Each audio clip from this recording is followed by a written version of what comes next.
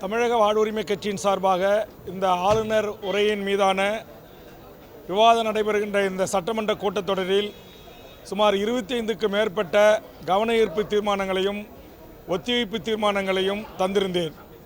அந்த அடிப்படையில் இன்று அண்ணா பல்கலைக்கழகத்தில் நடத்திய கற்பழிப்பு குறித்து ஒரு கவன ஈர்ப்போம், டங்ஸ்டன் கனிம ஏலம் குறித்த ஒரு தீர்மானமும், தற்போது பரவி வருகின்ற இந்த வைரஸ் குறித்து ஒரு தீர்மானமும், சென்னை அண்ணா நகர் காவல் நிலையத்தில் இன்றைக்கு காவல் ஆய்வாளர் ஒருவரும் ஒரு அரசியல் கட்சி பிரமுகரும் கைது செய்யப்பட்டிருப்பதை குறித்தும் கவன ஈர்ப்பு இதில் எடுத்துக்கொள்ளப்பட்டன. அந்த வகையில் அண்ணா பல்கலைக்கழகத்தில் பாலியல் குற்றச்சாட்டுக்கு உள்ளான மேற்படி ஞானசேகரன் அவர்கள் மிக கடுமையான தண்டனை பெற்றுத்தருவதற்குரிய நடவடிக்கை எடுக்க வேண்டும் என்ற எமது கோரிக்கை ஏற்கப்பட்டு மாண்புமிகு தமிழக முதலமைச்சர் அவர்கள் இதற்கான சிறப்பு நீதிமன்றம் அமைத்து 60 நாட்குள் இந்த வழக்கு விசாரணைக்கு கொண்டு வந்து அதிகபட்ச உச்சபட்ச தண்டனையை பெற்றுத்தருவதும் என்று உறுதியளித்திருக்கிறார்.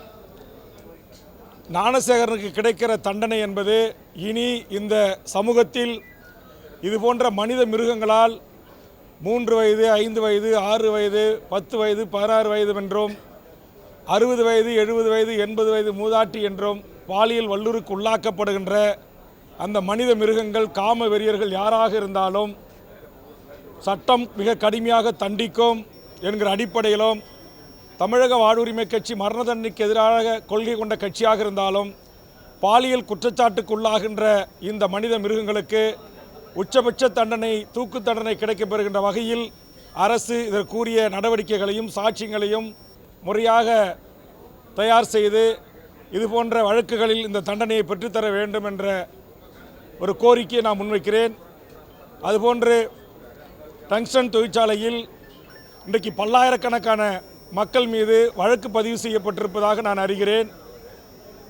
நம்முடைய முதலமைச்சர் அவர்கள் கட்டுப்பாட்டில் இருக்கிற காவல்துறை இந்த கூட்டத்தை கட்டுப்படுத்துகிறேன் என்கிற பேர்வையில் தடியடியோ கண்ணீர் புகையோ துப்பாக்கி சூடு நடத்தாமல் விவசாயிகள் பொதுமக்களுடைய உணர்வுகளை வெளிப்படுத்துவதற்கு அவர்களுடைய வடிகாலாக அவருடைய உணர்வுகளை வெளிப்படுத்துவதற்கு பேரணிக்கு அனுமதித்ததற்கும் காவல்துறையே விவசாயிகள் பேசுவதற்கு ஒலிபெருக்கி ஏற்பாடு செய்வதற்கும் நான் இந்த நேரத்திலே விவசாய சங்கங்களின் சார்பாக போராட்டக் குழுவின் சார்பாக வரவேற்று அதே நேரத்தில் அவர்கள் பேரணியாக சென்றதற்காக பல்லாயிரக்கணக்கான விவசாயிகள் மீதும் பொதுமக்கள் மீதும் வழக்கு போடப்பட்டிருப்பதாக அறிகிறேன்.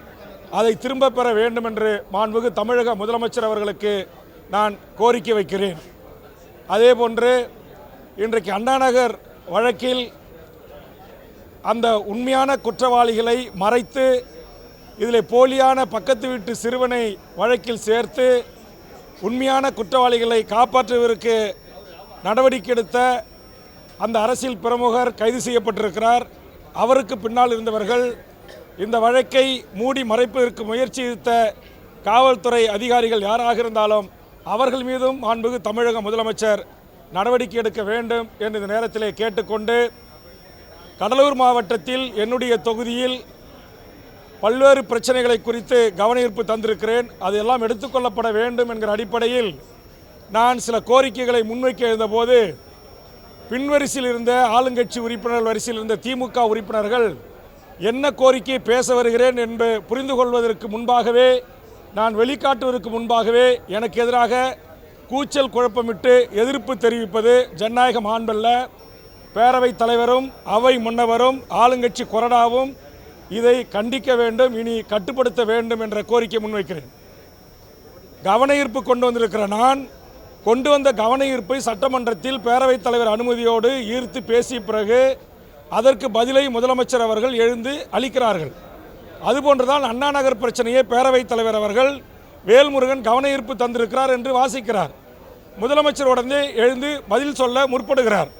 நான் உடனே தலையிட்டு மாண்புமிகு முதலமைச்சர் அவர்களை பேரவைத் தலைவர் வாயிலாக நான் இதற்காக கவன ஈர்ப்பு தந்திருக்கிறேன், அதனால் என்னுடைய கருத்தை பதிவு செய்யப்பட்ட பிறகு தாங்கள் இதற்கு பதிலளிங்கள் என்று கேட்கிறேன். உடனே ஆளுங்கட்சி வரிசையில் இருக்கிற பின்வரிசையில் இருந்த சட்டமன்ற உறுப்பினர்கள் என்ன பிரச்சனைக்கு நான் கவன ஈர்ப்பு கொடுத்திருக்கிறேன், எந்த பிரச்சனையை நான் எழுப்ப முற்படுகிறேன் என்பதை தெரிந்து கொள்ளாமல் அரைகுறையாக அறவேக்காட்டுத்தனமாக என்னை எதிர்ப்பது என்பது ஏற்புடையதல்ல. இது ஜனநாயக மாண்புக்கும் மரபுக்கும் எதிரானது. இதை இனி ஆளுங்கட்சி கொறடாவோ அவை முன்னவரும் பேரவைத் தலைவரும் அனுமதிக்க கூடாது என்கிற என்னுடைய வேண்டுகோளை நான் முன்வைக்கிறேன். நான் தவறு செய்தவர்கள் யாராக இருந்தாலும் கட்சி பாராமல் அவர்கள் மீது நடவடிக்கை எடுக்க வேண்டும் என்பதுதான் என்னுடைய நிலைப்பாடு. அது அதிமுக திமுக என்கிற அரசியல் உட்கட்சி பிரச்சனைகளுக்கு நான் செல்லவில்லை. இந்த நாட்டில் நடந்திருக்கிற சட்டத்துக்கு புறம்பான அநியாய அக்கிரம நடவடிக்கைகளை நான் பேசுவேன். என் கட்சிக்காரர் கடலூர் மாவட்டத்தில் கொலை செய்யப்பட்டு இன்றோடு 8 நாட்கள் ஆகிறது. அந்த கொலை குற்றவாளிகள் இதுவரையில் கைது செய்யப்படவில்லை. ஆக நான் முதலமைச்சர் அவையில் இருக்கின்ற போது நான் முதலமைச்சரிடம் இந்த கவனத்தை ஈர்ப்பதற்கு முயற்சிக்கிறேன். ஆனால் அதற்குள்ளாகவே எழுந்து எதிர்ப்பு தெரிவிப்பது, கூச்சலிடுவது, அதுபோன்று இன்றைக்கு அதிமுக பிரமுகர் ஒருவர் அண்ணா நகர் வழக்கில் கைது செய்யப்பட்டிருக்கிறார். இதற்கு பின்புலத்தில் இருக்கின்ற யார் என்பதை வெளிக்கொணர வேண்டும் என்று நான் பேசுகிறேன். பேசுவதற்கு வாய்க்கு அப்படி மறுக்கப்படுவதோடு மட்டுமல்லாமல் எதிர்க்கட்சி வரிசையிலே இருப்பவர்கள் எழுந்து பேசும்போதும் கூச்சலிடுவது, அவர்கள் கட்சியிலே உறுப்பினராகவே இன்றைக்கி சட்டமன்ற கணக்கு பிரகாரம் இருக்கிறேன், கூட்டணியில் இருக்கிறேன். நான் ஒரு அதிமுக்கியத்துவம் வாய்ந்த பிரச்சனையை எழுப்ப முற்படுகிறேன். அண்ணா நகர் சிறுமி பாலியல் கற்பழிப்பு பின்னால் இருக்கிற கூட்டம் யார் என்பதை கேள்வி எழுப்புகிறேன். ஆக என்ன கேட்கிறேன் என்பதை தெரியாமல் கூட எதிர்ப்பு தெரிவிக்கிறவர்களை நம்முடைய தமிழக அரசினுடைய அரசு கொறடா, அவை முன்னவர், பேரவைத் தலைவர் மட்டுப்படுத்த வேண்டும் என்று அங்கே இந்த கோரிக்கை பதிவு செய்யப்படலை. அதனால் பத்திரிகை ஊடகத்தின் வாயிலாக பேரவைத் தலைவருக்கும் தமிழக அரசின் கவனத்தையும் நான் கொண்டு செல்ல விரும்புகிறேன். நன்றி, வணக்கம்.